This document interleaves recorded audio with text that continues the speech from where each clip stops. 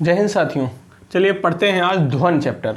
ठीक, और उसमें सबसे पहले क्या आवर्ती गति। आवर्ती गति क्या होती है समझिए। आवर्ती गति बहुत सिंपल बात है।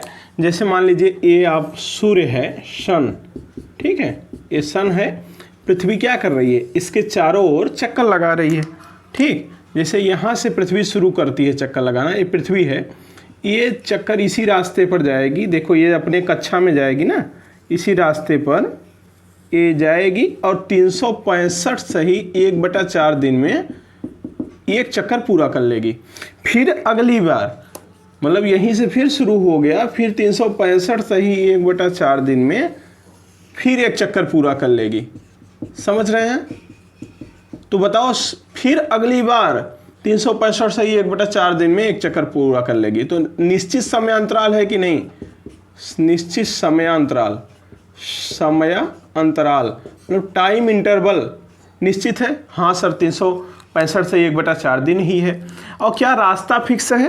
रास्ता देखो इसी रास्ते तो जा रहा है, फिर अगली बार भी इसी रास्ते जाएगा, यही पथ अपनाएगा। कोई नया पथ तो नहीं अपना लेगा इधर से, नहीं सर, पथ तो नया नहीं अपनाएगा। तो क्या रास्ते भी फिक्स है, निश्चित है। निश्चित पथ पर क्या हो गया सर? निश्चित पथ पर। और निश्चित समयांतराल में यदि कोई वस्तु अपनी गति को बार बार दोहराती है तो उसकी गति को आवर्ती गति कहते हैं। चाहे वो वृत्त के रूप में दोहराए, चाहे दोलन गति के रूप में दोहराए, इस तरह से भी कोई अगर दोहरा रहा है, मतलब इधर जाए, ठीक, फिर इधर आए और फिर इधर जाए, बस टाइम इंटरवल फिक्स होना चाहिए। जितने समय में यहाँ से यहाँ जाके फिर यहाँ आया, ठीक अगली बार भी उतने ही समय में यहाँ से यहाँ, फिर यहाँ से यहाँ आ जाए, यहीं से चलकर फिर लास्ट में यहीं आ जाए, तो एक चक्कर पूरा हो गया। और समय फिक्स है और रास्ता फिक्स है, अगली बार भी यही रास्ता, अगली बार भी यही रास्ता। समय और रास्ता फिक्स हो, निश्चित पथ हो, निश्चित समयांतराल हो, तो अगर कोई अपनी गति को दोहराता है तो उसकी गति को हम क्या कहते हैं? आवर्ती गति कहते हैं। जैसे घड़ी की सुई भी देखिए, घड़ी की सुई जो आप 12, 6, 3, 9 इस तरह से सुई देखिए। एक बड़ी सेकंड वाली सुई होती है, बहुत सी बड़ी सी होती है ना सेकंड वाली। अब जरा देखिए ये कैसे चक्कर लगाती है, इसका एक पथ फिक्स है कि नहीं? सर एक पथ तो फिक्स है इसका। ये देखो कुछ ऐसे पथ पर अपने चक्कर को बार बार लगाती है वो, एक फिक्स पथ पर। कितने सेकंड में? सर 60 सेकंड में एक चक्कर लगाती है। सेकंड वाली सुई है ये, सेकंड वाली सुई 60 सेकंड में एक चक्कर मार देती है। पक्का? हाँ। और रास्ता फिक्स है जी, तो इसकी गति भी क्या कहलाएगी? आवर्ती गति। इससे छोटी कौन सी होती है? मिनट वाली सुई होती है सर। मिनट वाली सुई कितने, इसका भी पथ फिक्स है कि नहीं? हाँ, रास्ता तो फिक्स है इसका भी, इसी रास्ते पे चक्कर लगाएगी, है ना, इसी रास्ते पर ये चक्कर लगाएगा। कितने समय में? सर 60 मिनट में, 60 मिनट में, या इसे कहेंगे 1 घंटे में। ठीक है, 1 घंटे में एक चक्कर मार देगी, फिक्स। हाँ, एक होती है घंटे वाली सुई। इसमें घंटे वाली सुई भी क्या करेगी? सर सबसे छोटी सुई है, इसका भी रास्ता फिक्स है और समय भी फिक्स है। कितने घंटे में एक चक्कर मारती है? गलती से 24 मत कर देना, 12 घंटे में। ठीक है, 12 घंटे में एक चक्कर ये मार लेती है। तो कहने का मतलब एक जो घड़ी की सुई है, सेकंड वाली, मिनट वाली, घंटे वाली, ये सुइयां भी कौन सी गति कर रही हैं? आवर्ती गति। क्योंकि ये एक निश्चित पथ पर ही, पथ इनका रास्ता निश्चित है और निश्चित समय अंतराल में टाइम इंटरवल भी निश्चित है, अपनी गति को बार बार दोहराती हैं, तो इनकी गति को क्या कहा जाता है? आवर्ती गति। तो आप समझ गए होंगे पीरियाडिक मोशन क्या होता है। कोई मतलब नहीं को वृत्त के रूप में चल रहा है कि रेखा के रूप में चल रहा है कि दोलन गति कर रहा है, कोई मतलब नहीं। बस कोई भी वस्तु एक निश्चित समय अंतराल में एक निश्चित पथ पर अपनी गति को बार बार दोहराता है, तो उसकी गति को क्या कहते हैं? आवर्ती गति कहते हैं। उसकी गति को क्या कहते हैं? आवर्ती गति कहते हैं। और जो समय लग रहा है वो निश्चित समयांतराल जो है, उस निश्चित समयांतराल को क्या कहते हैं? आवर्तकाल कहते हैं। तो अब अगर हम पूछें कि पृथ्वी जो सूर्य के परितः एक चक्कर लगा रही है, तो उसका आवर्तकाल सूर्य के परितः कितना है? तो एक चक्कर का जो समय लगा वही आवर्तकाल 365 से 1/4 दिन में। पृथ्वी अपने अक्ष पर भी 24 घंटा में एक चक्कर सर लगाती है, तो पृथ्वी का अपने घूर्णन अक्ष के परितः आवर्तकाल कितना हुआ? 24 घंटे। घड़ी की सेकंड वाली सुई का आवर्तकाल बताओ? 60 सेकंड। घड़ी की मिनट वाली सुई का आवर्तकाल बताओ, 60 मिनट या 1 घंटे। घड़ी की घंटे वाली सुई का आवर्तकाल 12 घंटे। बात समझ में आ रहा है? हाँ, तो आओ आवर्तीगत लिख लेते हैं। देखिए क्या, जब कोई वस्तु एक निश्चित पथ पर निश्चित समय अंतराल में अपनी गति को बार बार दोहराती है तो उसकी गति को क्या कहते हैं? आवर्ती गति कहते हैं। तथा इस निश्चित समय अंतराल को क्या कहते हैं? आवर्तकाल कहते हैं। ठीक, सूर्य के परितः पृथ्वी का आवर्तकाल कितना है? 365 से 1/4 दिन है। अपने अक्ष के परितः पृथ्वी का आवर्तकाल कितना है? 24 घंटे है। घड़ी की सेकंड वाली सुई का आवर्तकाल कितना है? 60 सेकंड या 1 मिनट है। घड़ी की मिनट वाली सुई का आवर्तकाल कितना है? 60 मिनट या 1 घंटे है। और घड़ी की घंटे वाली सुई का आवर्तकाल कितना है? 12 घंटे है। मैंने यहाँ लिख दिया है जो आपको समझाया, आप इसका स्क्रीनशॉट ले लीजिए, फिर आगे चलते हैं। ठीक, देखिए हम पढ़ने चल रहे हैं क्या? दोलन गति। दोलन गति क्या होती है? जब कोई वस्तु एक निश्चित बिंदु के इधर एक तरफ गई, फिर दूसरी तरफ आ गई, ठीक है, और फिर क्या हो गई? फिर अपने माध्य स्थिति में आ गई। जब कोई वस्तु एक निश्चित बिंदु के इधर उधर, या ऐसे स्प्रिंग है कोई चीज़ और इसमें पत्थर का टुकड़ा बांध दो, खींच के छोड़ दो, तो नीचे ऊपर नीचे ऊपर नीचे ऊपर किसी निश्चित बिंदु के ऊपर नीचे गति करेगी। जब कोई वस्तु किसी निश्चित बिंदु के इधर उधर या ऊपर नीचे गति करती है तो उसकी गति को क्या कहते हैं? दोलन गति या कंपन गति कहते हैं। और जिस निश्चित बिंदु के इधर उधर या ऊपर नीचे गति करती है उस निश्चित बिंदु को माध्य बिंदु या साम्य बिंदु कहते हैं। दोलन गति का मतलब क्या होता है? किसी निश्चित बिंदु के इधर उधर या ऊपर नीचे गति करना। समझ गए? इसे दोलन गति या कंपन गति कहते हैं। ओके, देखिए क्या, जैसे सरल लोलक की गति, क्या सरल लोलक की गति, सरल लोलक क्या है? इसे सरल लोलक कहते हैं। अभी बता भी रहे हैं कि एक गोलक होता है, गोलक को धागे से बांध के कहीं दृढ़ आधार से लटका दो तो जो सिस्टम बनता है उसे सरल लोलक कहते हैं। सरल लोलक की गति क्या होती है? एक तरफ जाएगा, अपनी माध्य बिंदु के निश्चित बिंदु के एक तरफ जाए, ठीक, और फिर क्या करे? दूसरी तरफ आ जाए, फिर दूसरी तरफ, एक तरफ गया, फिर क्या होगा सर? दूसरी तरफ आया, एक तरफ गया माध्य बिंदु के, फिर दूसरी तरफ आया, ठीक, एक तरफ गया फिर दूसरी तरफ आया और फिर माध्य बिंदु पर लौट जाता है। इस प्रकार की गति को दोलन गति या कंपन गति कहते हैं।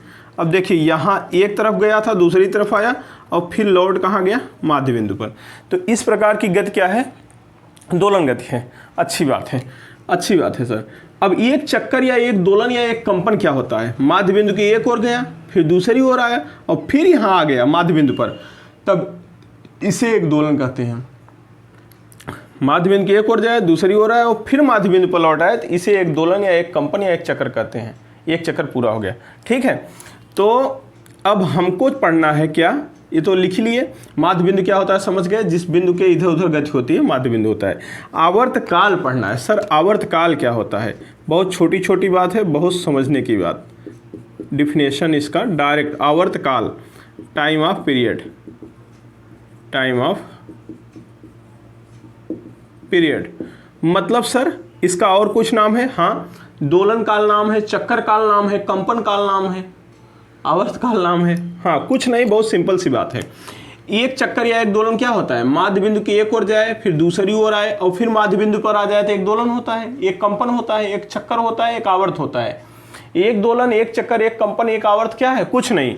ये माध्य बिंदु की एक ओर जाए, फिर दूसरी ओर आए और फिर माध्य बिंदु पर आ जाए तो इसे देखो, इधर गया फिर इधर आया पूरा यहाँ तक, फिर यहाँ चला आया, यहाँ पहुँच गया, तब इसे एक चक्कर बोलते हैं, ठीक है, या एक दोलन बोलते हैं या एक कंपन बोलते हैं। अच्छा, एक दोलन या एक कंपन में जितना समय लगता है, जितना समय लेगा एक तरफ जाना, फिर यहाँ आना, फिर यहाँ आना, टोटल एक चक्कर पूरा करने में जितना समय लेगा उसे आवर्तकाल कहते हैं। सीधी सी बात है। दोलन करने वाली कोई वस्तु एक दोलन पूरा करने में जितना समय लेती है उसी को आवर्तकाल कहते हैं। तो ऐसा हम पढ़े ताकि हमारे दिमाग पे बना रहे। तो एक चक्कर पूरा करने में लगा समय, या एक दोलन पूरा करने में लगा समय, या एक कंपन पूरा करने में लगा समय, ठीक है। तो सीधा सीधा लिख लो, एक चक्कर, चक्कर ज़्यादा अच्छा रहेगा, एक चक्कर पूरा करने में लगा समय, क्या कहलाता है? आवर्तकाल कहलाता है। आवर्तकाल क्या है मेरे भाई? एक चक्कर पूरा करने में लगा समय। ध्यान देना, ये समय है, एक चक्कर पूरा करने में लगा समय। और समय का मात्रा क्या होता है? सेकेंड। आवर्तकाल, आवर्तकाल का मात्रक क्या होगा तब? सर यसाई मात्रक, हाँ यसाई मात्रक सेकेंड होगा। क्यों? क्योंकि समय है, हाँ सेकेंड होता है। बहुत अच्छा सर। और इसे कैपिटल टी से प्रदर्शित करते हैं, इसे कैपिटल टी से प्रदर्शित करते हैं। किसको? आवर्तकाल को। आवर्तकाल क्या होता है? एक चक्कर पूरा करने में लगा समय। और कुछ परिभाषा, एक दोलन पूरा करने में लगा समय, और कोई एक कंपन पूरा करने में लगा समय, और कोई एक तरंग पूरा करने में लगा समय, और कोई एक साइकिल पूरा करने में लगा समय। ठीक है, तो अब यहाँ तक तो बातें क्लियर हो गई सर। और एक और चीज़ का नाम सुने हम, आवृत्ति, उसको भी बता दीजिए तो मज़े ही आ जाए। हाँ बहुत ज़रूरी चीज़ है। फ्रीक्वेंसी, फ्रीक्वेंसी क्या होती है सर? ये भी क्लियर कर लो। आवृत्ति क्या होती है? देखो अभी हमने कहा कि एक चक्कर क्या होता है सर? एक तरफ जाए, दूसरी तरफ आए और फिर अपने माध्य स्थिति में आ जाए तो एक चक्कर होता है। माध्य बिंदु के एक तरफ गया है, दूसरी तरफ गया है, फिर माध्य बिंदु पर आ जाए तो एक चक्कर होता है। एक चक्कर पूरा करने में जितना समय लगता है उसे आवर्तकाल कहते हैं, जैसा ऊपर बताए हैं। लेकिन एक सेकंड में जितना चक्कर मारता है उसे आवृत्ति कहते हैं। एक चक्कर पूरा करने में जितना समय लगता है उसे आवर्तकाल कहते हैं, और एक सेकंड में जितना चक्कर होता है उसे आवृत्ति कहते हैं। तो आवृत्ति क्या है? आवृत्ति एक संख्या है, number of cycle in 1 second. एक सेकंड में चक्करों की संख्या, एक सेकंड में दोलनों की संख्या, एक सेकंड में कंपनों की संख्या, एक सेकंड में आवर्तों की संख्या, एक सेकंड में तरंगों की संख्या आवृत्ति होती है। आवृत्ति क्या है सर? संख्या है। किसकी संख्या? चक्कर की, दोलन की, कंपन की। तो सीधा सीधा अगर इसे हम पढ़ें तो हम बोल सकते हैं एक सेकंड में दोलनों या कंपनों या चक्करों, चक्कर लिख रहे हो अच्छा रहेगा, चक्कर लिख लो। एक सेकंड में चक्करों की संख्या, एक सेकंड में चक्करों की संख्या, number of cycle in 1 second क्या होता है? फ्रीक्वेंसी। सीधी सीधी दिमाग पे आपके बात रहेगा, ये लाइन आपके दिमाग पे छपा रहेगा। फ्रीक्वेंसी अगर कहीं बोला गया, गलती से फ्रीक्वेंसी शब्द आ जाए तो समझ जाओ एक सेकंड में चक्रों की संख्या है। कह दिया 20 हर्ट्ज आवृत्ति है, किसी का आवृत्ति 20 हर्ट्ज है, इसका मतलब एक सेकंड में 20 चक्कर मारता है वो, एक सेकंड में 20 कंपन करता है। अब कहा गया किसी का आवर्तकाल 2 सेकंड है, इसका मतलब एक चक्कर पूरा करने में 2 सेकंड लगता है। ये लाइन ध्यान देना, ये पहली लाइन इसके लिए बहुत इंपॉर्टेंट है और पहली लाइन आवृत्ति के लिए बहुत इंपॉर्टेंट है। ये दिमाग पे रहना चाहिए। आवृत्ति शब्द आए तो ये दिमाग पे छप जाए, आवर्तकाल शब्द आए तो ये दिमाग पे छप जाना चाहिए। समझ रहे हैं? तब बातें समझ में आएंगी। अच्छा, तो जैसे इसका मात्रक सेकंड होता है, इसका भी कुछ मात्रक होता है। जी हाँ, इसका मात्रक होता है ना, बहुत बेहतरीन मात्रक होता है। आवृत्ति का मात्रक एक तो प्रति सेकंड ही होता है। एक मात्रक क्या होता है सर? प्रति सेकंड। आवृत्ति का मात्रक क्या होता है? प्रति सेकंड। क्या प्रति सेकंड? अरे चक्कर प्रति सेकंड, कंपन प्रति सेकंड, आवर्त प्रति सेकंड, दोलन प्रति सेकंड। तो सेकंड इनवर्स भी लिखते हैं इसे, या ऐसे भी लिखते हैं, कभी कभी देखे होंगे कि सेकंड इनवर्स, या इसे ऐसे भी कहते हैं चक्कर प्रति सेकंड, कंपन प्रति सेकंड, दोलन प्रति सेकंड, साइकिल प्रति सेकंड, ऐसा भी करते हैं। कोई दिक्कत वाली बात नहीं है। लेकिन दूसरा जो प्रसिद्ध मात्रक है वो हर्ट्ज है। हर्ट्ज है प्रसिद्ध मात्रक। एच और छोटा सा जेड यहीं लगा रहता है, H Z, capital H small Z उसी में लगा रहेगा। हर्ट्ज मात्रक होता है किसका? आवृत्ति का। इसका मतलब कहीं भी लिखा है, जैसे मैंने कहा 20 हर्ट्ज लिखा है तो आवृत्ति 20 हर्ट्ज, तो आपको आवृत्ति का डिफिनेशन दिमाग पे हरदम रहना चाहिए, हर वक्त। 20 हर्ट्ज लिखा गया, इसका मतलब आप तुरंत समझिए कि एक सेकंड में 20 चक्कर। 20 हर्ट्ज मतलब एक सेकंड में 20 चक्कर। 50 हर्ट्ज मतलब एक सेकंड में 50 चक्कर। 100 हर्ट्ज मतलब एक सेकंड में 100 चक्कर। 200 हर्ट्ज मतलब एक सेकंड में 200 चक्कर। समझ रहे हैं? जब जहाँ भी फ्रीक्वेंसी का मात्रक लगे तो आप समझिए कि फ्रीक्वेंसी है क्या? एक सेकंड में नंबर ऑफ साइकिल, चक्रों की संख्या। ठीक उसी तरह से आवर्तकाल अगर कहीं लिखा है आवर्तकाल 15 सेकंड, इसका मतलब एक चक्कर पूरा करने में लगा समय 15 सेकंड है। ये दिमाग में आना चाहिए आपके। किसी का आवर्तकाल दिया 50 सेकंड, इसका मतलब एक सेकंड में एक चक्कर पूरा करने में 50 सेकंड लगेगा। किसी का आवर्तकाल 10 सेकंड, एक चक्कर पूरा करने में 10 सेकंड लगेगा।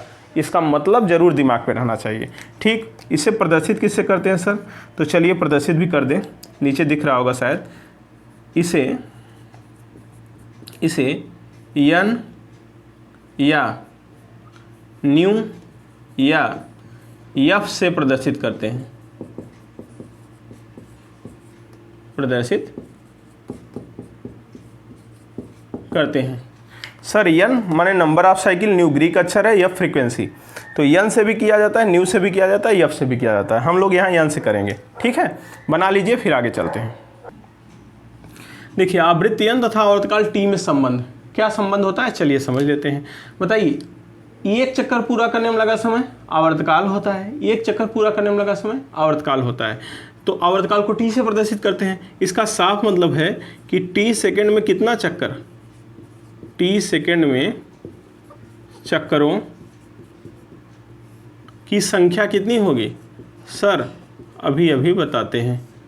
टी सेकंड चक्करों, जरा समझिए, एक चक्कर पूरा करने में लगा समय टी होता है आवर्तकाल, टी सेकंड।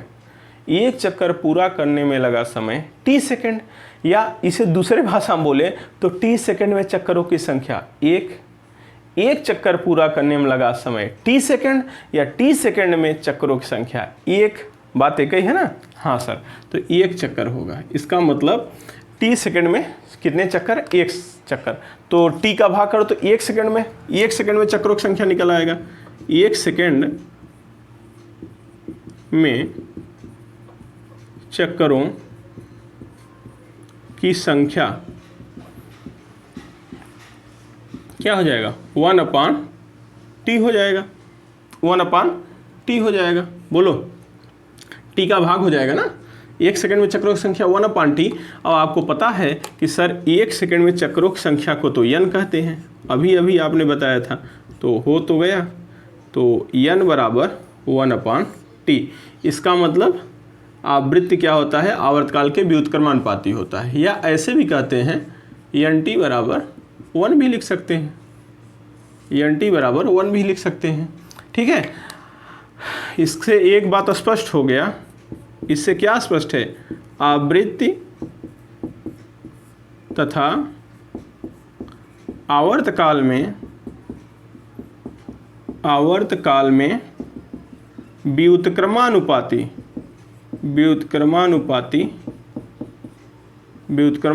संबंध है। इसका मतलब एक चीज आपको पता हो, दूसरा आप बता सकते हैं, संबंध है। अगर किसी के आवर्तकाल के बारे में खबर हो तो आवृत्ति उसका उल्टा होगा, व्युत्क्रमानुपाती माने उल्टा, या किसी के आवृत्ति पता हो तो उसका आवर्तकाल बता सकते हो, उल्टा होगा। सीधी सी बात है, व्युत्क्रमानुपाती होता है मतलब आवर्तकाल ज़्यादा होगा तो आवृत्ति कम होगी, आवर्तकाल कम होगा तो आवृत्ति ज़्यादा होगी। ठीक है, ये बात आई। अब यहीं से यन का मात्रक प्रति सेकंड आता है, 1/सेकंड। 1/सेकंड को प्रति सेकंड कहा जाता है। टाइम का मात्रक क्या है? सेकंड। तो इसी से यन का मात्रक सेकंड आता है, जो हम लोग लिखे थे कि आवृत्ति का मात्रक प्रति सेकंड, और हर्ट्ज तो साइंटिस्ट के नाम पे है जो आवृत्ति का मात्रक है। तो इसे बना लीजिए, समझ में आ गया होगा। अब हम लोग आगे चलते हैं सरल लोलक। देखिए सरल लोलक का आवर्तकाल महत्वपूर्ण हेडिंग है, बहुत महत्वपूर्ण हेडिंग है, ध्यान दीजिए। क्या होता है सर? बहुत आसान चीज़ है, कुछ नहीं है। t बराबर 2π करणी में L/G होता है। क्या? सरल लोलक का आवर्तकाल का फार्मूला होता है सर। हाँ, जहाँ कौन क्या है, जहाँ t क्या है, सरल लोलक का आवर्तकाल है। अच्छा, आवर्तकाल है। और यल क्या है सर? यल है प्रभावी लंबाई, प्रभावी लंबाई, इफेक्टिव लेंथ, इफेक्टिव लेंथ किसकी है? सरल लोलक की। अच्छा, जी क्या है? जी है गुरुत्वीय त्वरण, गुरुत्वीय त्वरण। तो इसमें समझाने वाली क्या बात है, समझाने वाली बात है, बहुत महत्वपूर्ण बात है, आप अभी समझेंगे। पहले तो सरल लोलक समझो है क्या, सरल लोलक किसे कहते हैं, सरल लोलक क्या होता है ये समझो, तब ये फार्मूले पे आओ। यहाँ यल क्या है, जी क्या है, सब तो हम बता दिए ठीक है, लेकिन यहाँ समझो पहले सरल लोलक ही क्या है। सरल लोलक कुछ नहीं होता, ये दृढ़ आधार है। दृढ़ आधार माने दीवाल वाल है और उसी में किल गाड़ दिए, दीवाल में किल गाड़ दिए, ठीक है। ये दीवाल है, दीवाल में किल गाड़ दिए, किल गाड़ के यहाँ से एक धागा बांध के लटका देंगे। इस धागे से एक गोलक लटका देंगे, धागा कहीं बांध के लटका दिए किल में, किल गाड़ दिए दीवार में। तो इस पॉइंट को क्या कहेंगे, जहाँ आप धागा बांधे हैं इस पॉइंट का एक नाम है, उस नाम को बताइए क्या कहेंगे। पॉइंट ऑफ सस्पेंशन कहते हैं, धागा जहाँ बांधा है उसे पॉइंट ऑफ सस्पेंशन कहते हैं, बता रहे हैं अभी, निलंबन बिंदु हिंदी में। अब यहाँ क्या होगा, यहाँ एक गोलक लटका देते हैं, इस धागे से एक गोलक, इसका नाम है क्या सर, इसका नाम है गोलक, समझ रहे हैं, नॉट सरल लोलक, दिस इज ए गोलक। ये क्या है मेरे भाई, बहुत महत्वपूर्ण बात बताने जा रहे हैं, ध्यान से सुनना, नहीं तो क्वेश्चन समझने में समस्या होगी। ये यहाँ से बांध के लटका दिए हैं धागे से, और ये क्या है, इसे क्या कहते हैं सर, इसे कहते हैं गोलक। ये क्या है, गोलक है, ध्यान दो, गोलक मतलब अंग्रेजी में क्या कहते हैं, Bob, BOB, bank of Baroda नहीं, बॉब, इसको अंग्रेजी में बॉब कहते हैं, गोलक कहते हैं। किसी गोलक को धागे से बांधकर कहीं से लटका दीजिए, दृढ़ आधार से लटका दीजिए ताकि नीचे ऊंचे न हो। तो इस सिस्टम को, जो एक सिस्टम बन गया पूरा, इसे सरल लोलक कहते हैं। सिस्टम क्या हुआ, एक गोला है, धागा है, कहीं बंधा है, तो ये पूरा सिस्टम बन गया, इस सिस्टम को कहते हैं सरल लोलक। जैसे ये देखिए ब्रश है, मार्कर है, इसमें इंक है, तो ये पूरा कैप वैप लगा दे तो एक सिस्टम बन जाता है जिसे मार्कर कहते हैं। बाकी अलग अलग चीज़ें हैं, अलग अलग चीज़ों को असेंबल करके एक नया चीज़ बना दे रहे हैं, उसे सिस्टम कहते हैं।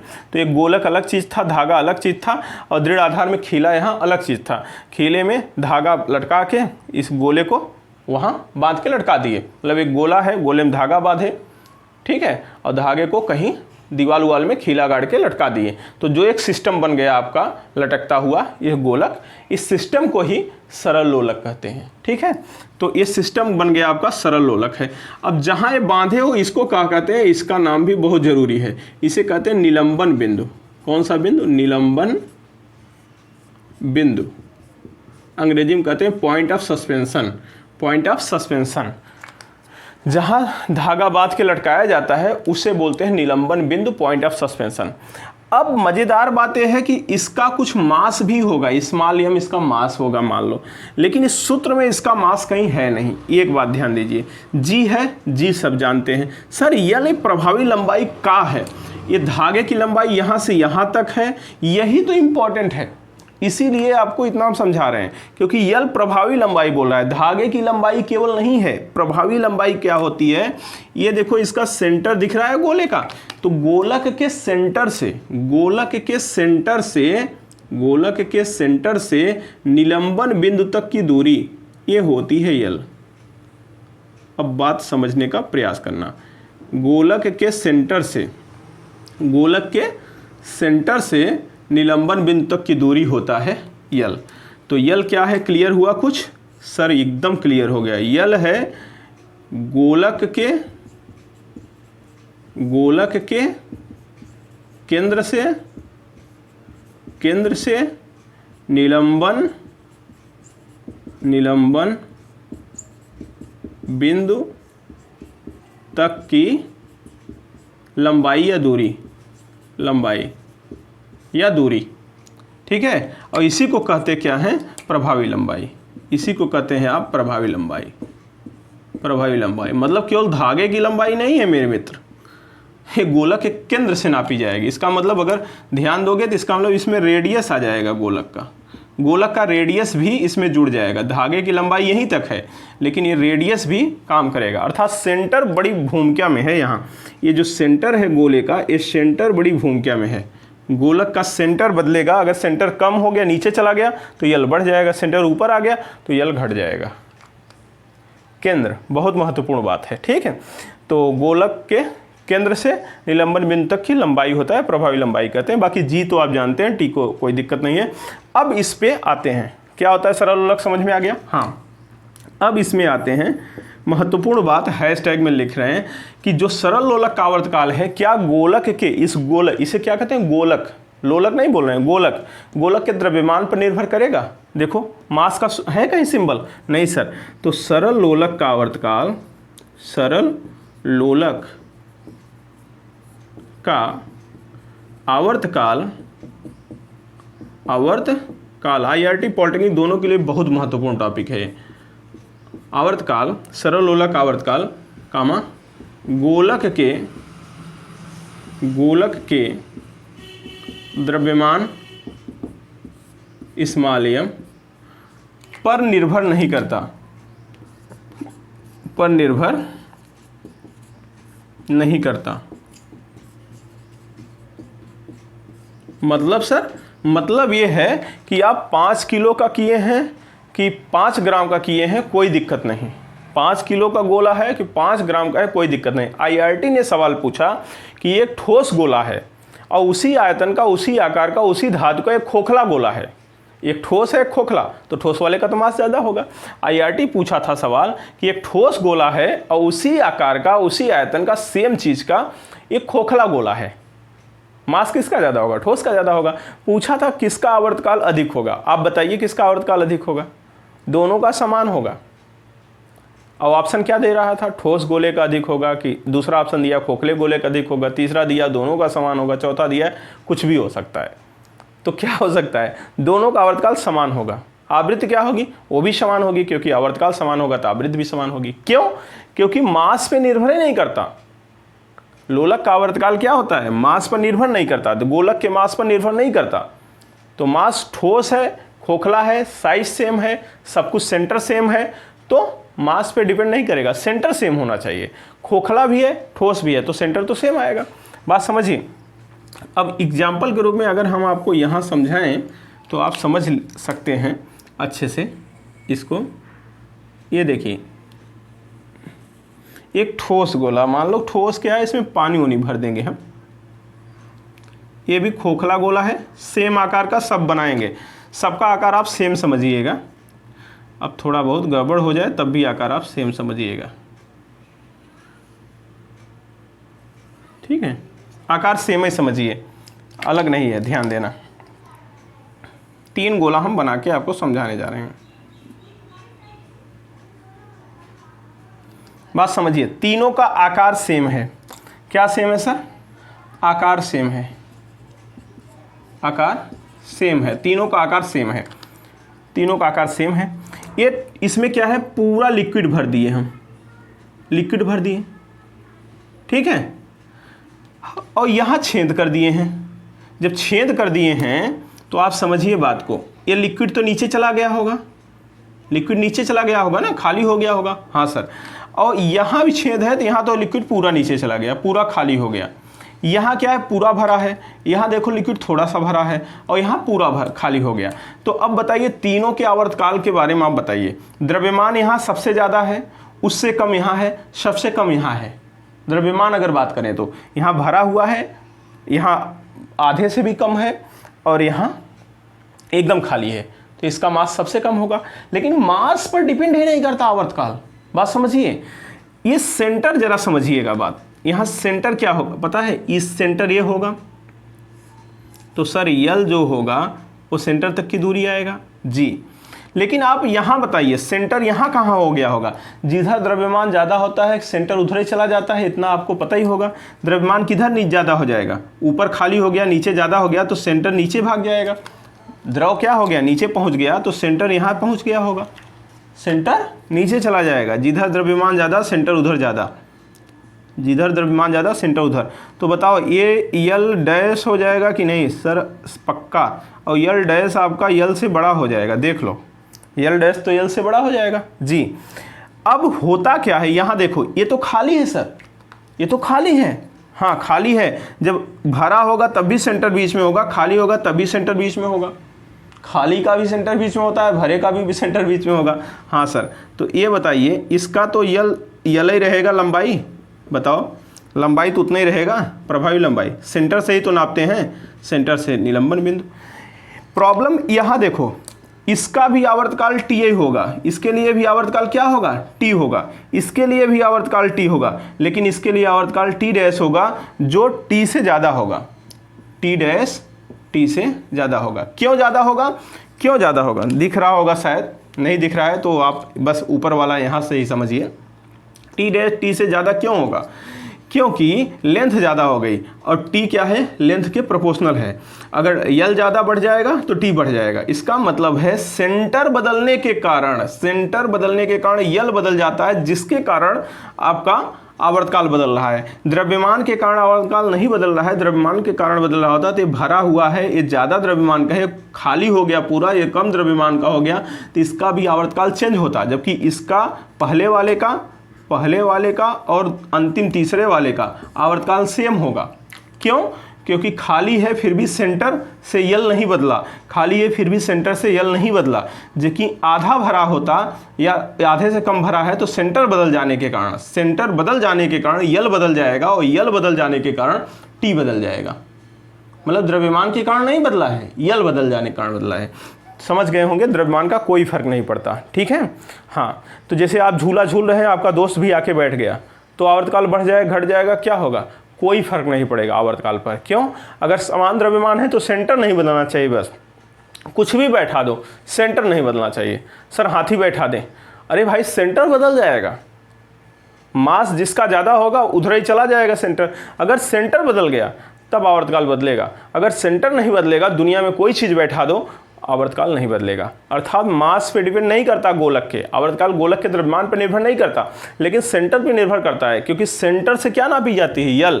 अगर सेंटर बदला तो यल बदल जाएगा, और यल के पर तो निर्भर करता है साहब, यल के डायरेक्टली करणी में या रूट में यल के प्रोपोर्शनल होता है टी। आगे चल रहे हैं समझाने, आशा करता हूँ बात समझ में आ गई होगी। तो चाहो तो स्क्रीनशॉट आप ले सकते हो, स्क्रीनशॉट ले लो, फिर हम आगे बता रहे हैं। देखिए आवर्तकाल जो टी है वो किसके प्रोपोर्शनल है, देखिए टी प्रोपोर्शनल टू रूट यल। इसका मतलब प्रभावी लंबाई के वर्गमूल के अनुक्रमानुपाती है, प्रभावी लंबाई के वर्गमूल के अनुक्रमानुपाती। मतलब यल ज़्यादा होगा टी ज़्यादा होगा, यल कम होगा तो टी कम होगा। इससे एक बात तो निष्कर्ष निकल रहा है कि अगर यल बढ़े, अभी कुछ देर पहले जो समझाए थे, यल बढ़ जाएगा तो टी बढ़ जाएगा, यल घट जाएगा तो टी घट जाएगा। अब मान लीजिए आप झूला झूल रहे हैं, तो झूला झूल रहे हैं बैठ कर, तो आपका सेंटर क्या है, न्यूक्लियस है सेंटर, आपका सेंटर नीचे है, तो यल क्या होगा, यल तो नीचे होगा, यल लंबाई ज़्यादा होगी।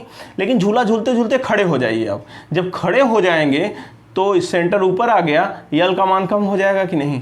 यल अभी समझाए हैं, सेंटर से निलंबन बिंदु की दूरी, जहाँ रस्सी बांध के झूला पटोहा डाले हैं, तो निलंबन बिंदु की दूरी कम हो जाएगी, यल कम होने से टी कम हो जाएगा, और टी कम होने से यन ज़्यादा हो जाएगा। यन माने आवृत्ति, चक्कर जल्दी जल्दी मारने लगोगे, ठीक है। तो बैठ के झूला झूल रहे थे, आप खड़े हो गए, तो यल कम हो जाने का कारण, यल कम हो जाएगा तो टी कम हो जाएगा, और टी कम हो जाएगा तो यन बढ़ जाएगा, चक्रों की संख्या बढ़ जाती है। इसी तरह से खड़े हैं बैठ गए, तो यल बढ़ जाने के कारण टी बढ़ जाता है, और टी बढ़ जाने के कारण यन कम हो जाता है, उल्टा, आवृत्ति उल्टा होता है। तो आशा करता हूँ समझ में आया होगा। इस पर एक सवाल और पूछता है, वो किस तरह से पूछता है, देखिए इस पर एक बात और इसमें हम थोड़ा सा आपको जोड़ना चाहेंगे जो सदैव सदैव काम देगा। लोलक वाली घड़ी, तो लोलक वाली घड़ी के, लोलक वाली घड़ी से पूछता है, लोलक वाली घड़ी, पेंडुलम वाली घड़ियाँ जो होती हैं, पेंडुलम वाली घड़ी, लोलक वाली घड़ी से सवाल जब पूछता है, तो यदि लोलक वाली घड़ी तेज होगा धीमे होगा, और डिपेंड करता है यल पर, जी पर भी डिपेंड करता है, मतलब आवर्तकाल पर। आवर्तकाल ज़्यादा हो गया, मतलब एक चक्कर पूरा करने में समय ज़्यादा लगा, तो टी ज़्यादा होगा, टी अधिक होगा तो घड़ी सुस्त माने लेट हो जाएगी, सही बात है कि नहीं। अब टी आपको पकड़ना है, टी बढ़ रहा है कि घट रहा है, घड़ी सुस्त हो जाएगी, लेट हो जाएगी। और टी कम होगा तो घड़ी तेज हो जाएगी, फास्ट हो जाएगी। बात समझ रहे हैं। हाँ, अगर टी आपको समझ में आ गया तो लोलक वाली घड़ी वाला क्वेश्चन आराम से कर लेंगे। अब कहाँ कहाँ टी कैसे वेरी करता है देखो। गर्मी के दिनों में कहेगा लोलक वाली घड़ियां कैसा समय बताएंगी, तेज हो जाएंगी, धीरे हो जाएंगी कि अपरिवर्तित, मतलब सही समय बताएंगी, ऐसा पूछेगा। सुस्त बताएंगी, लेट बताएंगी समय, सही समय बताएंगी, तेज हो जाएंगी। गर्मी के दिनों में, गर्मी के दिनों में क्या होगा, गर्मी के दिनों में धागे में प्रसार होगा, यही तो लोलक की लंबाई थी। अब अगर धागे की लंबाई बढ़ रही है तो इसका मतलब यल बढ़ेगा, गर्मी में यल क्या होगा, बढ़ेगा, और यल बढ़ेगा तो टी बढ़ेगा, और टी बढ़ेगा, टी अधिक होगा तो घड़ी क्या हो जाएगी, सुस्त हो जाएगी। इसका मतलब गर्मी के दिनों में घड़ी सुस्त हो जाएगी। बात समझ में आया? हाँ सर। ठंडी के दिनों में क्या होगा, धागे में सिकुड़न आएगी, ठंडी में धागा सिकुड़ेगा, और सिकुड़ेगा तो यल बढ़ेगा घटेगा, सर घट जाएगा। यल जब घट जाएगा तो टी क्या होगा, घट जाएगा। टी कम होगा तो घड़ी तेज हो जाएगी, सीधी सी बात। बात समझ में आया? तो यल पर घड़ी वाला सवाल कैसे आता है, समझ में आ गया। इस तरह का सवाल पूछ लेगा कि गर्मी के दिनों में लोलक वाली घड़ियां सही समय बताएगी, तेज हो जाएंगी, धीमी हो जाएंगी, तो क्या बताएंगे, क्या बताएंगे? आप दिमाग लगाएंगे कि गर्मी में क्या होगा, तो लंबाई यल बढ़ जाएगा, यल बढ़ने से प्रसार होगा तो बढ़ जाएगा, गर्मी पाकर फैल जाएगा, यल ज़्यादा हो जाएगा, यल ज़्यादा होगा, टी ज़्यादा होगा, टी अधिक होने का मतलब घड़ी सुस्त हो जाएगी, घड़ी सुस्त हो जाएगी। अच्छा, ठंडी में क्या होगा, ठंडी में सिकुड़ेगा, यल कम हो जाएगा, यल कम होगा तो टी कम हो जाएगा, और टी कम होने का मतलब घड़ी तेज हो जाएगी। Clear, concept clear? Okay sir. तो चलिए अब जरा हम नेक्स्ट टॉपिक पे आते हैं। सर नेक्स्ट टॉपिक क्या है? नेक्स्ट टॉपिक ये है कि टी जी के साथ कैसा संबंध रखता है। टी व्युत्क्रमानुपाती है जी के, टी व्युत्क्रमानुपाती है जी के, जी को उल्टा, जी बढ़ेगा तो टी घटेगा, जी घटेगा तो टी बढ़ेगा। अब जी हम इसीलिए पहले पढ़ाते हैं, जहाँ जहाँ जी का मान आप जानते हैं उसके साथ टी को वेरी करिए। तो देखिए, पृथ्वी तल के ऊपर जाने पर जी का मान घटता है तो टी का मान बढ़ता है। किसी सरल लोलक को पृथ्वी तल के ऊपर ले जाएंगे तो उसका आवर्तकाल क्या होगा, ऐसे पूछेगा, तो आवर्तकाल क्या होगा, आप आवर्तकाल मत ढूंढिए, आप जी ढूंढिए।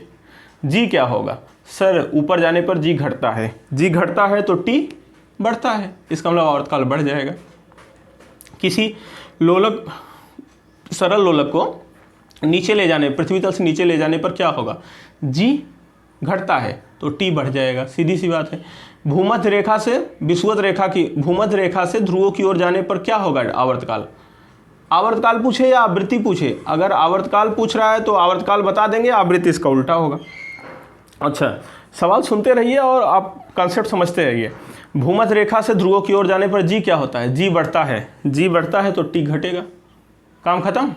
अब यही सब सवाल आवृत्ति के साथ लगा सकते हैं। कह सकते हैं आप कि यदि कोई व्यक्ति सरल लोलक लेकर कहाँ ले चला जाए, पहाड़ पर, तो फ्रीक्वेंसी क्या होगी उसकी, सरल लोलक की फ्रीक्वेंसी। अब आपको कुछ नहीं देखना है, आप दिमाग लगाइए कि जी क्या होगा।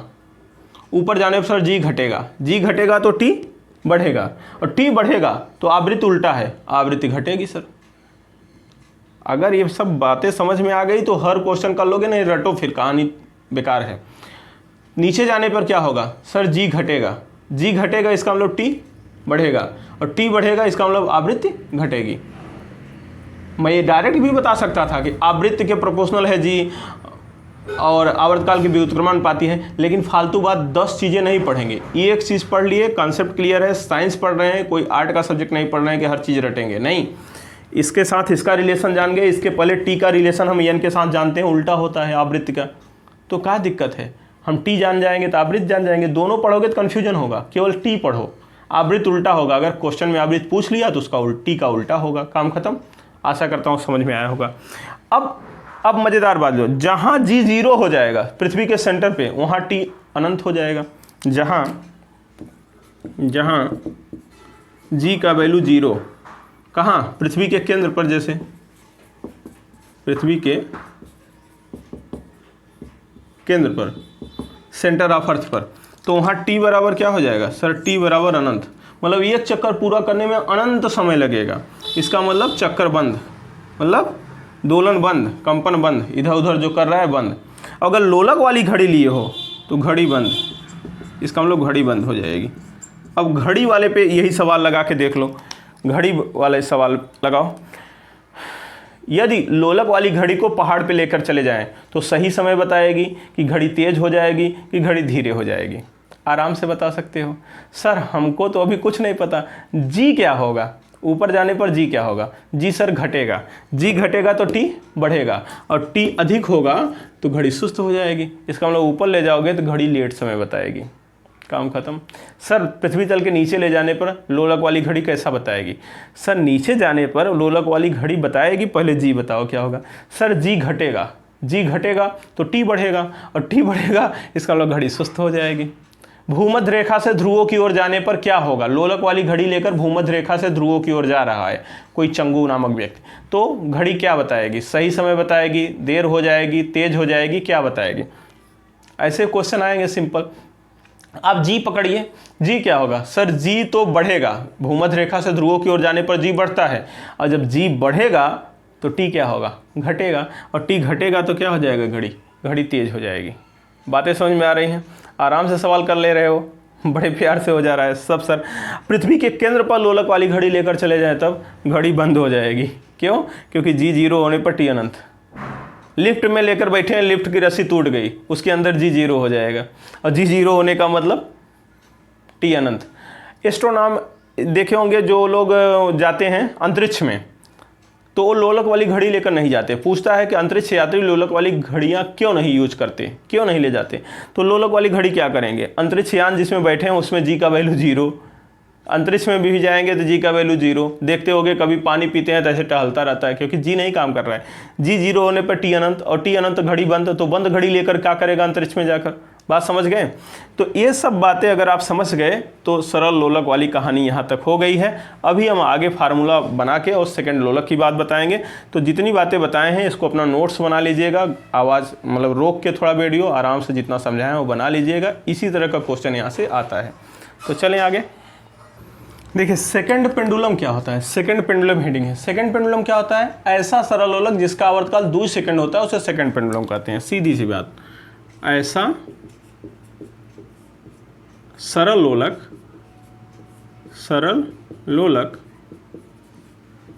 जिसका आवर्तकाल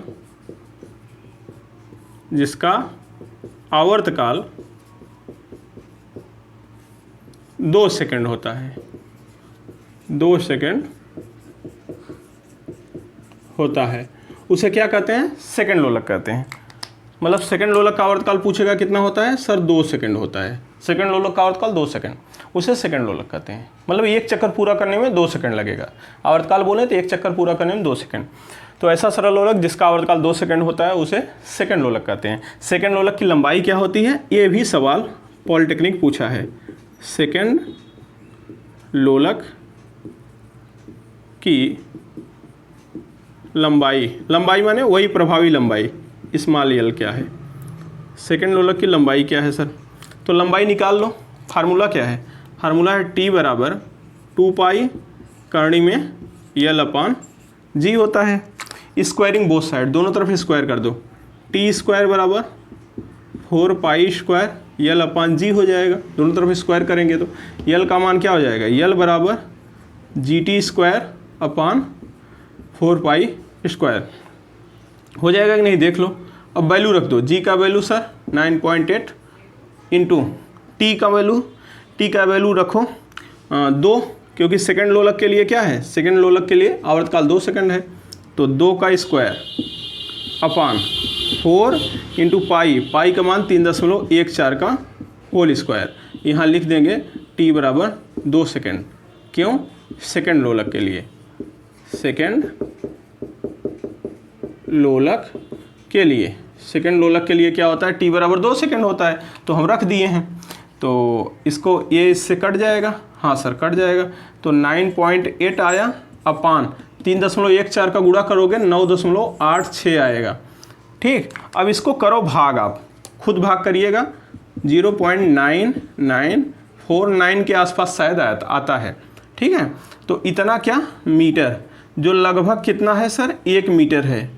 ध्यान दीजिए, लगभग 1 मीटर, लेकिन ये बात जरूर याद रखना 0.994, क्योंकि ये एक बार पॉलिटेक्निक में पूछा है तो 0.99 4 तक, तीसरे स्थान तक पूछा है, 0.4 तक, तो इसे डिवाइड करके देख लेना, 0.994 मीटर अप्रॉक्सीमेट 1 मीटर आएगा।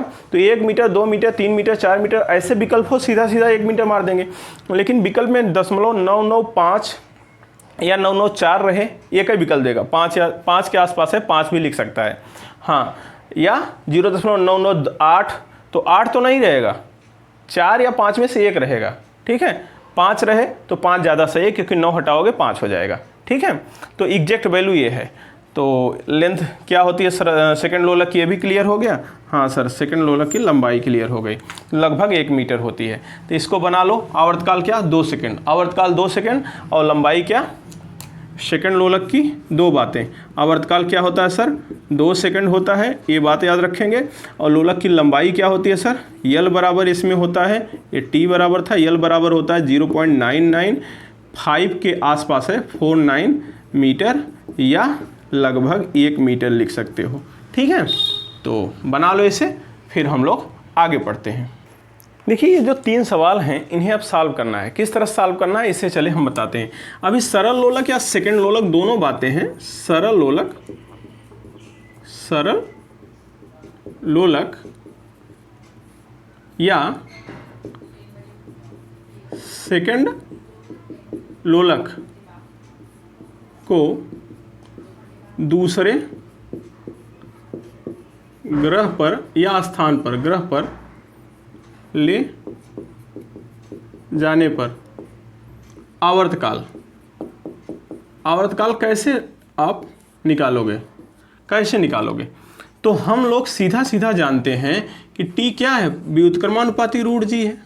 टी व्युत्क्रमानुपाती रूट जी है, तो इसे खोल दोगे तो इसका मतलब फार्मूला आ जाएगा टी डैश अपान टी, खोल दो, टी डैश अपान टी बराबर रूट, उल्टा टी डैश है तो नीचे जी डैश आ जाएगा, और यहाँ टी है तो ऊपर जी आ जाएगा। अब व्युत्क्रमानुपाती खोलना हम बहुत सिखाए हैं। ये हो जाएगा किसी सरल लोलक के आवर्तकाल का सूत्र। दूसरे ग्रह पर टी डैश क्या है बताते हैं। जहाँ टी डैश क्या है, जहाँ टी डैश क्या है, दूसरे ग्रह पर सरल लोलक का आवर्तकाल है, आवर्तकाल है। और जी डैश क्या है, जी डैश क्या है, दूसरे ग्रह पर गुरुत्वीय त्वरण है, सही है, हाँ। और टी क्या है, टी पृथ्वी पर सरल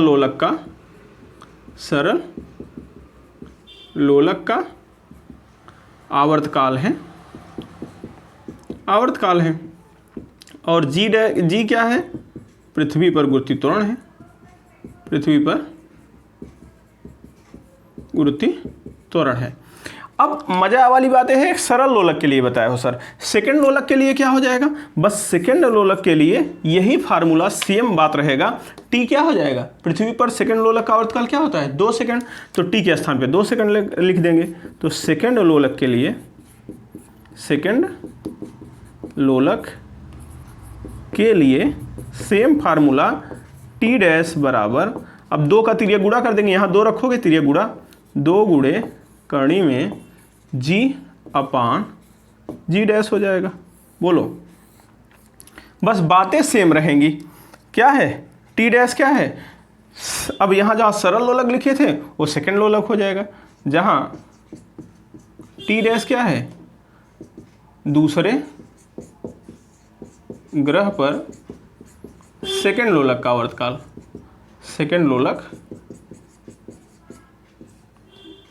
का आवर्तकाल, बाकी बातें सेम हैं।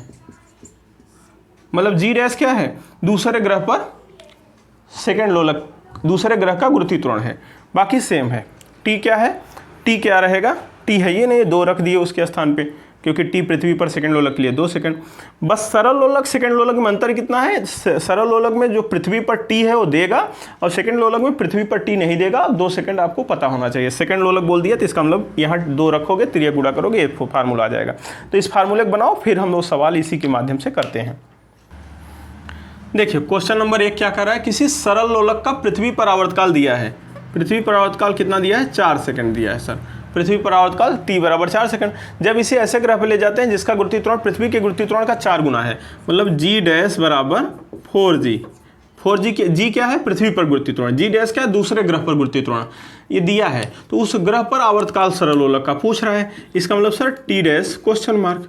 अब क्या है आपके पास फार्मूला, सर फार्मूला तो अभी बताए थे, टी डैश अपॉन टी बराबर रूट जी अपॉन जी डैश। उल्टा होगा, टी डैश यहाँ तो जी डैश यहाँ, टी यहाँ तो जी यहाँ, उल्टा रहेगा।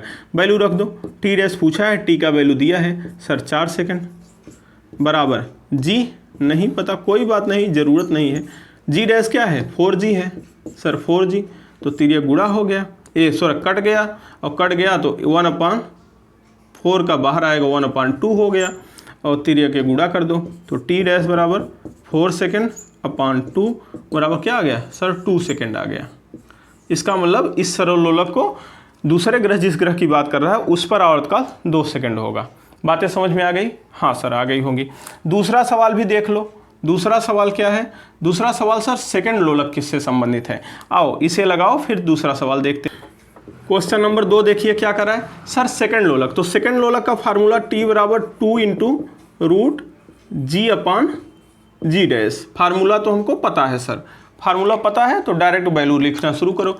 सेकंड लोलक को ऐसे ग्रह पे ले जाते हैं जिस पर गुरुत्वीय त्वरण पृथ्वी के गुरुत्वीय त्वरण का 4 गुना है, मतलब जी डैश बराबर 4g, यहाँ भी दे दिया, बस आवर्तकाल पूछ लिया है, उसका टी डैश पूछा है तो बता सकते हैं ना, केवल जी की ज़रूरत होती है यहाँ। तो जी अपॉन 4g, जी डैश का वैल्यू दिया है, जी कट गया, 1/4 1/2 बाहर आया, 2 इंटू 1/2, 1 सेकेंड आ गया। टी डैश उस पर आवर्तकाल क्या होगा, 1 सेकेंड होगा। समझ में आ रहा होगा, बना लीजिए, तुरंत बनाइए।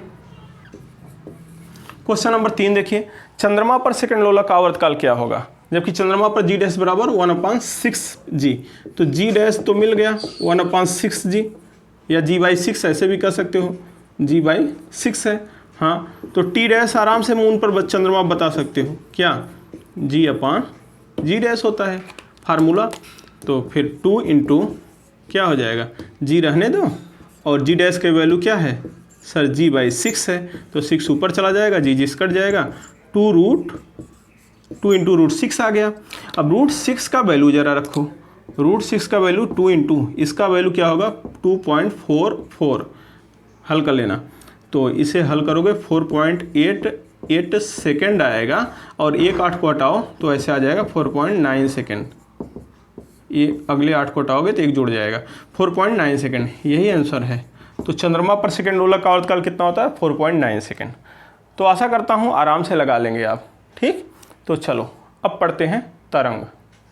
अब क्या पढ़ने चल रहे हैं, तरंग तथा तरंगत। तरंग क्या होता है, किसी माध्यम में उत्पन्न एक प्रकार की हलचल या विक्षोभ है जो बिना अपना रूप बदले एक निश्चित वेग से माध्यम में आगे बढ़ती है। जैसे शांत पानी पड़ा है, पत्थर मार दीजिए तो देखिए डिस्टर्ब हो जाता है, हलचल पैदा हो जाती है, बस उसी हलचल को तरंग कहते हैं फिजिक्स में।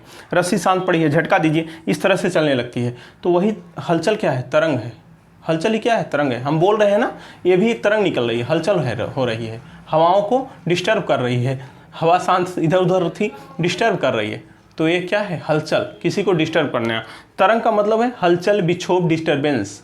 तो क्या है, तरंग किसी माध्यम उत्पन्न एक प्रकार की हलचल या विक्षोभ है, डिस्टर्बेंस है, जो बिना अपना रूप बदले एक निश्चित वेग से माध्यम में आगे बढ़ती है।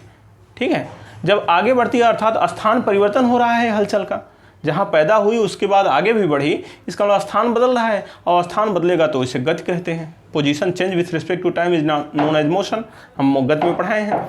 तो विक्षोभ की गति को तरंग गति कहते हैं। और तरंग गति में क्या जाता है, तरंग गति में किसका स्थानांतरण होता है, माध्यम के कणों का? बिल्कुल नहीं, एनर्जी का स्थानांतरण होता है। तरंग गति में ऊर्जा एक स्थान से दूसरे स्थान जाती है, जबकि माध्यम के कण अपने ही स्थान पर आगे पीछे या ऊपर नीचे कंपन करते हैं।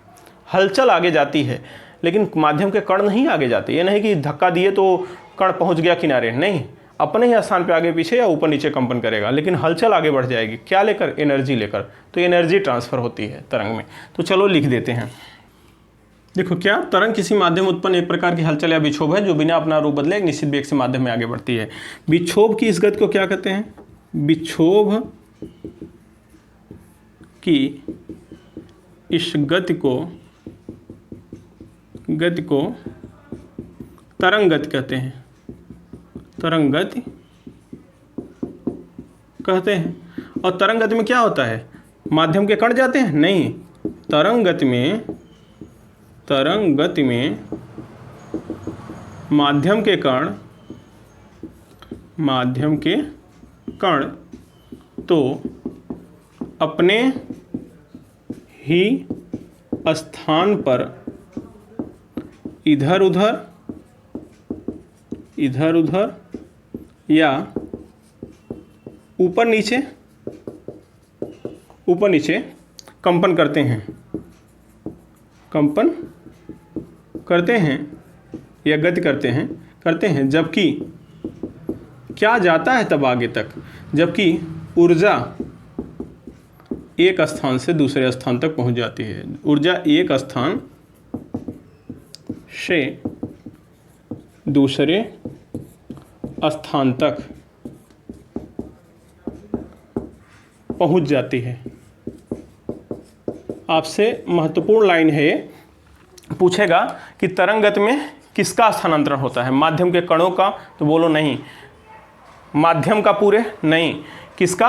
ऊर्जा का स्थानांतरण होता है। तरंग गति में किसका स्थानांतरण होता है? ऊर्जा का।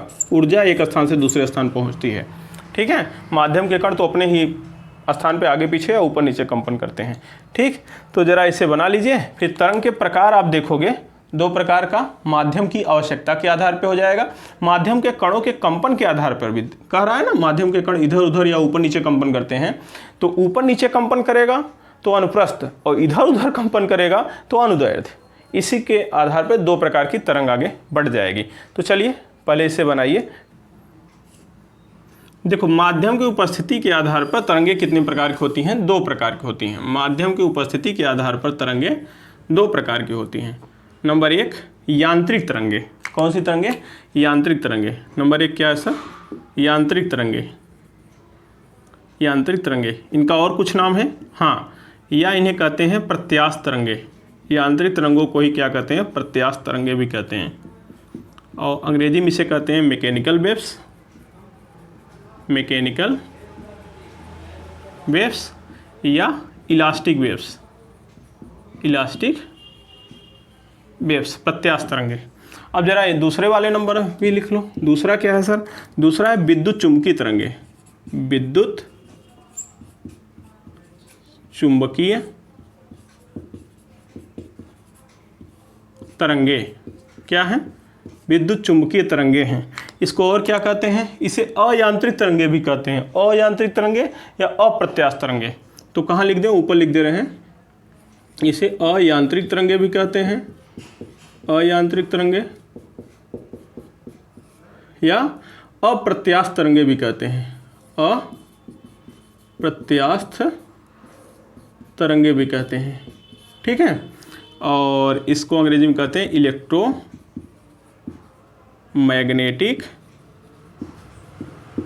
वेव्स, इलेक्ट्रोमैग्नेटिक वेव्स कहते हैं। और अयांत्रिक को क्या कहेंगे? मैकेनिकल के आगे नॉन लगा दो, NON, नॉन मैकेनिकल वेव्स, और अप्रत्यास्थ को नॉन इलास्टिक वेव्स, ठीक है। तो जरा समझिएगा, माध्यम की आवश्यकता के आधार पर तरंगों का बंटवारा कर रहे हैं। माध्यम की आवश्यकता के आधार पर, इसके बारे में कौन बताया था? मैक्सवेल नामक साइंटिस्ट ने। तो जरा समझिएगा, ये वे तरंगे हैं जिनके चलने के लिए माध्यम अति आवश्यक होता है। इसके चलने के लिए क्या होता है? माध्यम अति आवश्यक है। माध्यम अति आवश्यक, मस्ट होना चाहिए, होना ही होना चाहिए, आवश्यक है।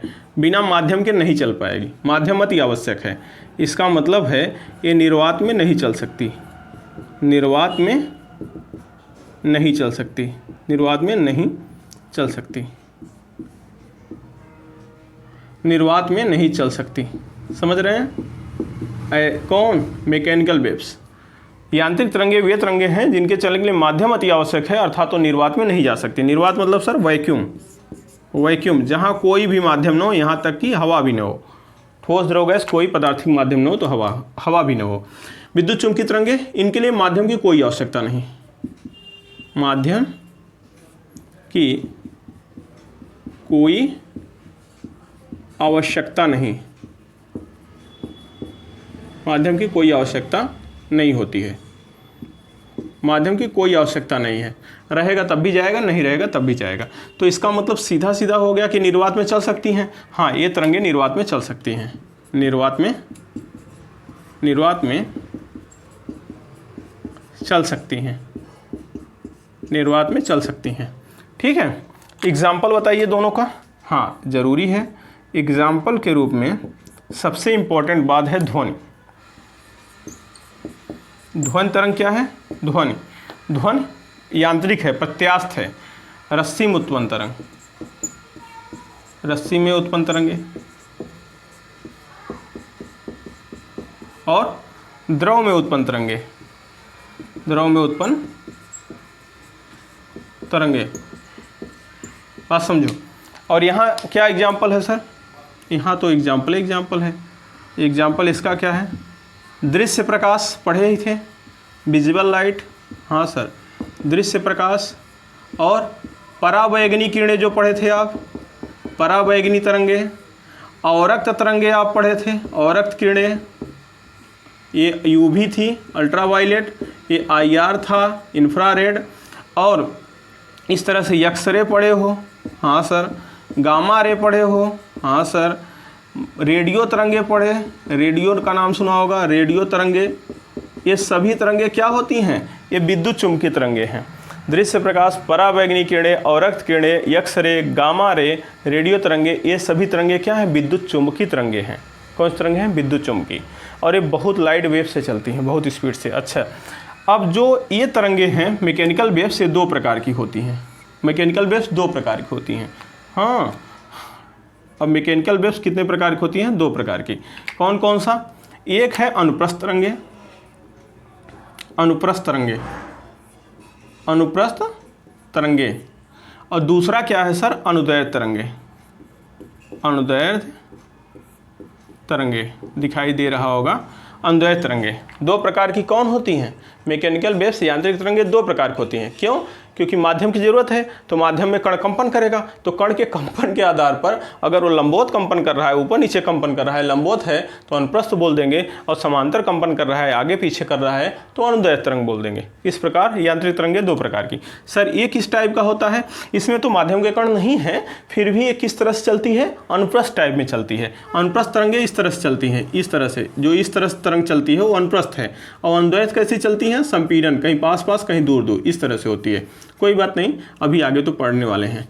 तो ये क्या होती है? ये सभी तरंगे कैसी होती हैं? अनुप्रस्थ होती हैं, अनुप्रस्थ तरंगे होती हैं। जितनी भी विद्युत चुंबकीय तरंगे हैं तो अनुप्रस्थ हो जाएंगे ऑटोमेटिक। सभी विद्युत चुंबकीय तरंगे अनुप्रस्थ तरंगे हैं, मतलब दृश्य प्रकाश अनुप्रस्थ है, परावैगनी, अवरक्त, ये सभी अनुप्रस्थ हैं। और ये क्या है सर?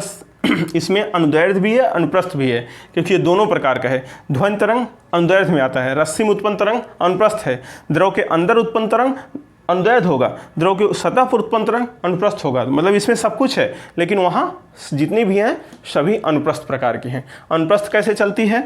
अनुप्रस्थ तरंगे इस तरह से चलती हैं, इस तरह से, इस तरह से। और अनुदैर्ध्य कैसे चलती है? अनुदैर्ध्य ऐसे ऐसे ऐसे, कभी पास पास कभी दूर दूर, कभी पास पास कभी दूर दूर।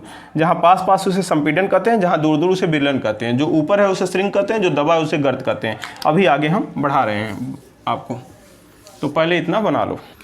तरंग के प्रकार, माध्यम के कणों के कंपन के आधार पर हम तरंग का प्रकार करने चल रहे हैं। तरंग के प्रकार किस आधार पर? माध्यम के कणों के कंपन के आधार पर।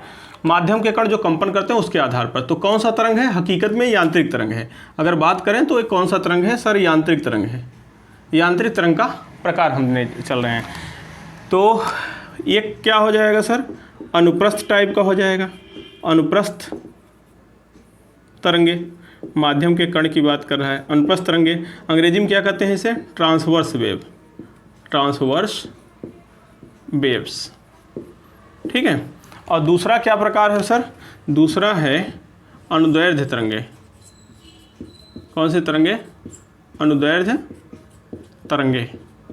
ठीक, इसको क्या कहते हैं अंग्रेजी में? लो लिख लो इसको भी, लॉन्गिट्यूडिनल वेव्स, लॉन्गिट्यूडिनल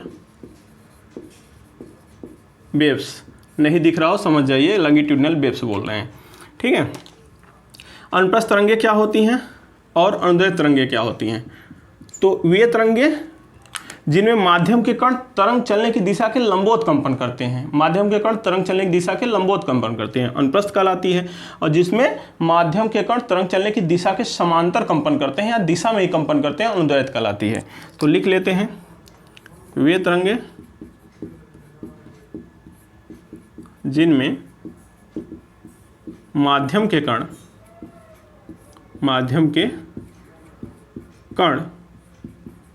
तरंग संचरण माने चलना, संचरण की दिशा के लंबवत कंपन करते हैं।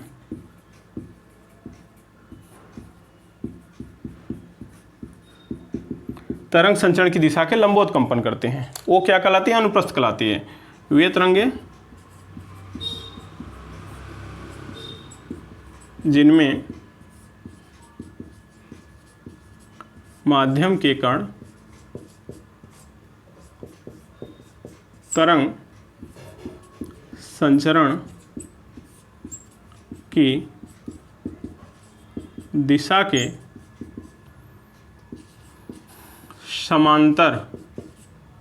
समांतर कंपन करते हैं। ठीक है, वे तरंगे जिनमें माध्यम के कण तरंग संचरण की दिशा के लंबवत कंपन करते हैं तो क्या कहलाती हैं? अनुप्रस्थ। और वे तरंगे जिनमें माध्यम के कण तरंग संचरण की दिशा के समांतर कंपन करते हैं वो क्या कहलाती है? अनुदैर्घ्य कहलाती है। जैसे ये समझिए बात को, ये जल है, अभी हटा देंगे इसे। ये जैसे जल है और जल में जब आप पत्थर मारेंगे तो इस तरह से हलचल पैदा होती है ना। तो इसका मतलब क्या है, यहाँ कभी आप न डूबने वाला कोई चीज़ रख दीजिए, देखेंगे ऊपर जाएगा फिर नीचे आएगा, ऊपर जाएगा नीचे आएगा। न डूबने वाला सोख्ता रख दीजिए तो ऊपर नीचे ऐसे ऊपर नीचे करता है। और हलचल कैसे जा रही है? सर हलचल तो इधर जा रही है पत्थर यहाँ मारे तो हलचल यहाँ कुछ देर में पहुँच जाएगी। और ये जहाँ ये कण है जो पानी का, वो ऊपर गया नीचे आया, ऊपर गया नीचे आया, तो हलचल चलने की दिशा के लंबवत हुआ कि नहीं? हलचल तो इधर जा रही है, लेकिन माध्यम के कण क्या करें? ऊपर नीचे वहीं कंपन कर रहे हैं। तो इस तरह के क्या होता है? अनुप्रस्थ। जबकि यहाँ क्या होता है, यहाँ जैसे साउंड चलता है, जैसे प्रार्थना वाली लाइन में खड़े हो गए, पीछे से कोई धक्का दे दिया तो गिर गए हम आगे वाले पर, फिर हम पीछे हो गए तो फिर धक्का दे दिया, फिर गिरे आगे, फिर पीछे हो गए। इस प्रकार हम क्या कर रहे हैं? आगे पीछे इस तरह से कर रहे हैं हलचल। माध्यम के कण हम हो गए, आगे पीछे कंपन कर रहे हैं और हलचल हमारे ऊपर धक्का दिया तो मैं आगे वाले को दिया। इस तरह से हलचल भी आगे बढ़ रही है, हलचल भी उसी दिशा में जा रही है। हम माध्यम के कण हैं, हम भी उसी दिशा में कंपन कर रहे हैं, तो माध्यम के कण समांतर हो गए। तो साउंड इस कैटेगरी का है। एग्जाम्पल अब लिखें। हाँ, एग्जाम्पल जैसे यहाँ क्या है, जैसे यहाँ रस्सी में उत्पन्न तरंग है, रस्सी में उत्पन्न तरंगे। और क्या है? द्रव के सतह पर उत्पन्न तरंगे, द्रव के सतह पर उत्पन्न तरंगे। और यहाँ क्या होगा? यहाँ जैसे हो जाएगा ध्वनि, बहुत इंपॉर्टेंट है। ध्वनि क्या है? यांत्रिक अनुदैर्घ्य तरंग। यांत्रिक है, यांत्रिक में कौन है? अनुदैर्घ्य तरंग है। स्वरित्र द्विभुज से उत्पन्न तरंगे, उत्पन्न तरंगे। ठीक, ये अनुप्रस्थ और अनुदैर्घ्य का बंटवारा हो गया। तो रस्सी में उत्पन्न तरंगे जरा बना दीजिए सर। ये रस्सी है सर। अब हलचल जब झटका मारोगे इसे तो कुछ इस तरह से ये हलचल होगी, यहाँ होगी। हाँ सर होगी।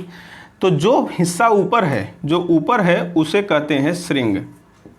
क्या कहते हैं? श्रृंग। और जो दबा हुआ है उसे क्या कहते हैं सर? गर्त। गर्त माने गड्ढा, श्रृंग माने चोटी, शिखर। श्रृंग शिखर चोटी, और गर्त माने गड्ढा, गड्ढा। ये क्या है? श्रृंग। ठीक है, इस तरह से आगे बढ़ती है। और यहाँ एग्जाम्पल क्या है सर? यहाँ भी एग्जाम्पल हम बता रहे हैं। जैसे स्वरित्र द्विभुज से उत्पन्न तरंगे, ये स्वरित्र द्विभुज है, ट्यूनिंग फार्क अंग्रेजी में कहते हैं। क्या? ट्यूनिंग फार्क। ये क्या है मेरे भाई? ट्यूनिंग फार्क है। ठीक है। अब इसमें क्या होता है, ये जब इसे रबर की पैड पर पीट दो तो ट्यूनिंग फार्म में इस तरह से आपको कभी पास पास चिमटा जैसे होता है भाई, कभी दूर दूर, कभी पास पास, इस तरह से हलचल पैदा करता है, और कभी दूर दूर इस तरह से हलचल पैदा होती है। तो समझिएगा, अब ये माध्यम के कण हमें बनाना है, तो हम इस तरह से माध्यम का कण बना दे रहे हैं, माचिस की तीली नहीं, ठीक है, माध्यम के कण हैं। तो जब पास पास होते हैं तो उसे संपीड़न कहते हैं, और जब दूर दूर होते हैं तो उसे विरलन कहते हैं। पास पास होगा संपीड़न, दूर दूर होगा तो उसे क्या कहेंगे, विरलन। संपीड़न और ये क्या हो जाएगा, विरलन। इसमें देखो कण पास पास है, यहाँ कण पास पास, यहाँ कण दूर दूर है, यहाँ कण दूर दूर, दूर दूर होंगे विरलन और पास पास होंगे संपीड़न। इस तरह से आप कह सकते हैं कि अनुप्रस्थ तरंगें श्रृंग और गर्तों से मिलकर बनती हैं, जबकि अनुदैर्ध्य तरंगें संपीड़न और विलनों के रूप में चलती हैं। तो यहाँ हम लिख सकते हैं क्या, अनुप्रस्थ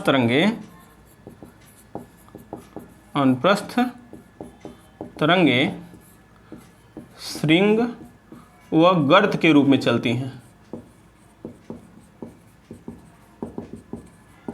हैं, सही बात है। हाँ, कहीं उठा रहेगा, कहीं बैठा रहेगा।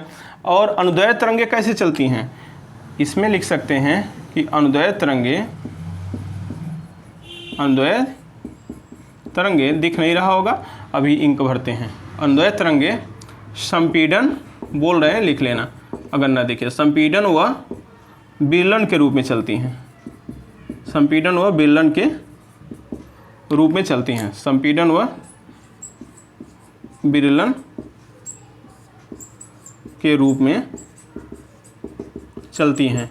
तो आपसे पूछ देगा कि संपीड़न विललन के रूप में कौन चलता है, अनुदैर्ध्य तरंगें। श्रृंग और गर्त के रूप में कौन चलता है, अनुप्रस्थ तरंगें। इतना बनाए। देखिए, आपने जो कुछ लिखा उसके बाद उसी के नीचे फिर बढ़ाना है। अपने पास इतने जगह है इसलिए इसी में मैनेज कर रहे हैं, ठीक है। हम ऊपर लिख रहे हैं लेकिन आप नीचे लिखिएगा, इसी के नीचे बढ़ते जाइए। अब जरा समझिए इसमें और क्या आपको भूमिका दिख रही है।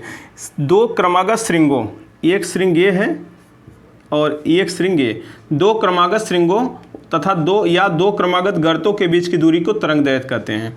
दो क्रमागत श्रृंगों अथवा दो क्रमागत माने एक के बाद दूसरा क्रम से, क्रमागत गर्तों के बीच की दूरी को क्या कहते हैं, तरंगदैर्ध्य लैम्ब्डा कहते हैं, तरंगदैर्ध्य लैम्ब्डा कहते हैं, ठीक है। अब बताइए एक श्रृंग और एक गर्त के बीच की दूरी क्या हो जाएगी, मतलब एक कहने का मतलब समझ रहे हैं। यहाँ से ये, यहाँ से लेकर यहाँ तक, रस्सी तो यही है ना, यहाँ से लेकर यहाँ तक दूरी, ये दूरी अर्थात यहाँ से यहाँ तक। अब बताओ, अब आप एक श्रृंग और एक गर्त के बीच की दूरी, तो मतलब ये और ये, इसे मिला दो तो एक श्रृंग और एक गर्त के बीच की दूरी क्या हो जाएगी। देखो 50% लग रहा होगा। हाँ सर, ये यहाँ से यहाँ तक नापना है, तो एक श्रृंग व एक गर्त के बीच की दूरी λ/2 हो जाएगा। एक श्रृंग और समीपी गर्त, उसके समीप जो गर्त हो, समीपी गर्त के बीच की दूरी क्या होती है, λ/2 होती है, λ/2 होती है। क्लियर। हाँ, और एक श्रृंग और एक गर्त मिलकर एक तरंग का निर्माण करते हैं। एक तरंग क्या होती है सर, इसे बोलते हैं एक तरंग, इसे बोलते हैं एक तरंग। एक श्रृंग और एक गर्त, दिख रहा होगा, नहीं दिख रहा है तो यहाँ देख लीजिए। एक श्रृंग और एक गर्त, देखो हम इधर हट जा रहे हैं। एक श्रृंग व एक गर्त मिलकर एक तरंग का निर्माण करते हैं। तो एक श्रृंग व एक गर्त मिलकर क्या बनाते हैं, एक तरंग। एक श्रृंग व एक गर्त मिलकर एक तरंग का निर्माण करते हैं। कौन सी तरंग, अनुप्रस्थ। एक श्रृंग तथा एक गर्त मिलकर एक अनुप्रस्थ तरंग बनाते हैं, एक अनुप्रस्थ तरंग बनाते हैं। तो ये बातें क्लियर हो गई। जरा यहाँ भी सेम बातें ही चिपका दो। क्या, इसका हैशटैग भी लिख दो, दो क्रमागत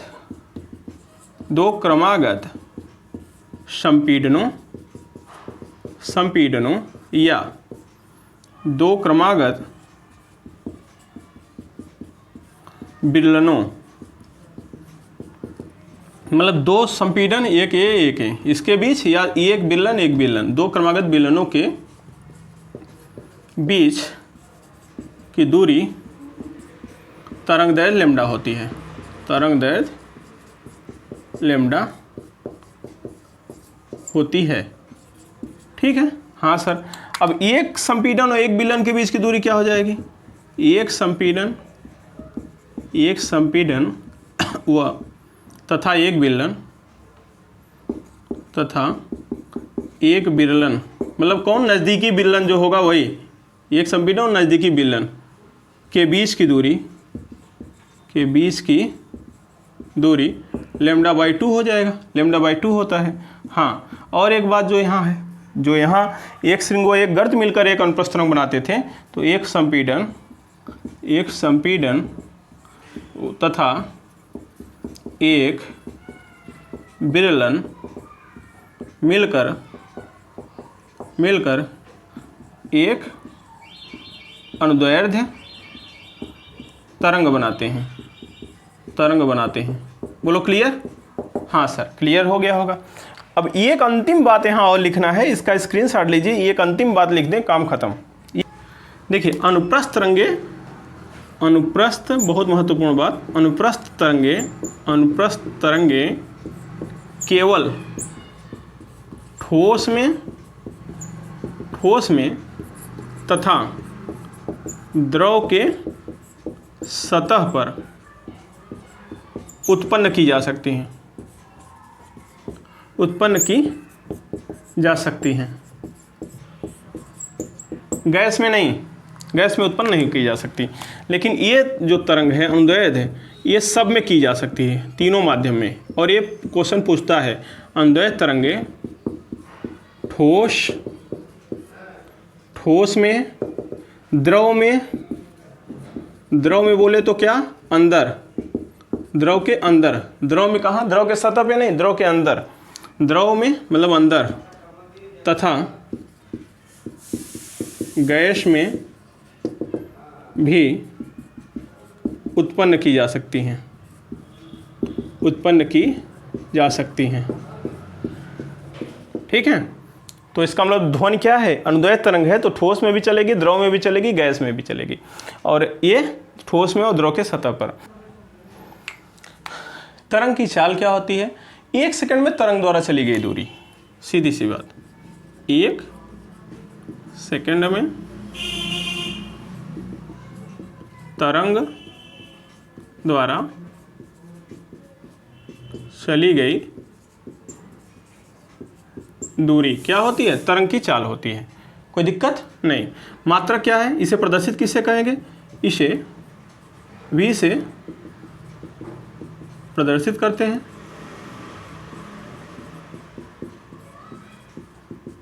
और इसका मात्रक वही है जो चाल का है, और क्या? इसका मात्रक मीटर प्रति सेकंड है। किलोमीटर प्रति घंटा भी होता है, मीटर पर सेकंड होता है, यह SI मात्रक। बाकी प्रायोगिक मात्रक किलोमीटर पर घंटा भी है। और 1 किलोमीटर पर घंटा बराबर 5/18 मीटर पर सेकंड। ये सब बताया जा चुका है पहले। ठीक, ये क्या पढ़ लिया? तरंग की चाल। सर तरंग दैर्ध्य बता दीजिए। तरंग दैर्ध्य, इसे या एक नाम से जानते हैं, और तरंग की लंबाई अंग्रेजी में कहते हैं वेव का लेंथ, वेव लेंथ। ठीक है, ये क्या होता है? माध्यम के कणों के एक कंपन के दौरान तरंग द्वारा चली गई दूरी। माध्यम के कणों के एक कंपन के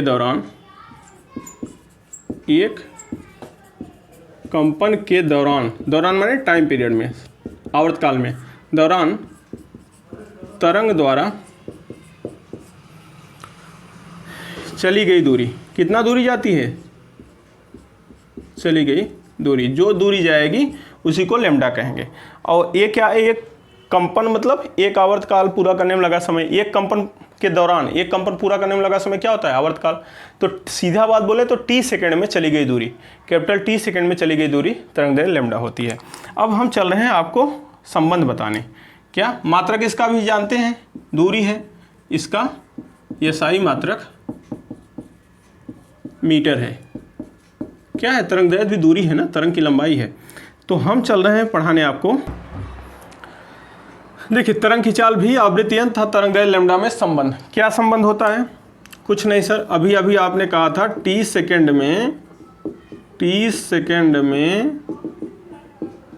तरंग द्वारा चली गई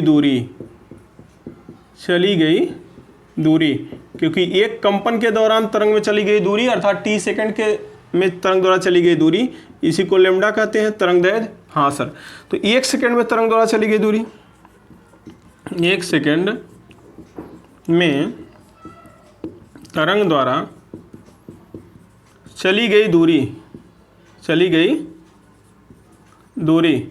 ये हो जाएगा लैम्डा बाई टी, टी का भाग हो जाएगा। चली गई दूरी कहा, वो संख्या नहीं, आवृत्ति मत लिख देना। एक सेकंड में तरंग द्वारा चली गई दूरी, इसे तरंग की चाल कहते हैं। v बराबर क्या? Lambda by T. तरंग की चाल v बराबर लैम्डा बाई टी। एक तो ये भी फार्मूला होता है, आवर्तकाल दिया है, तरंगदैर्घ्य दिया है इसमें। या इसे ऐसे भी लिख सकते हो, v बराबर 1/t इंटू लैम्डा। और 1/t क्या होता है? चूँकि n बराबर 1/t होता है, ठीक, वैल्यू रख दो।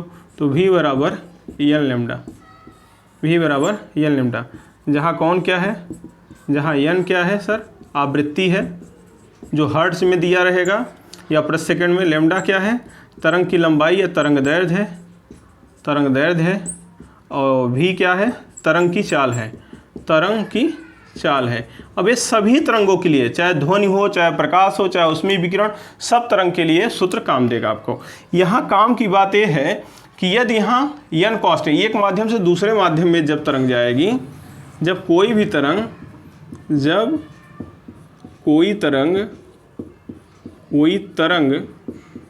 एक माध्यम से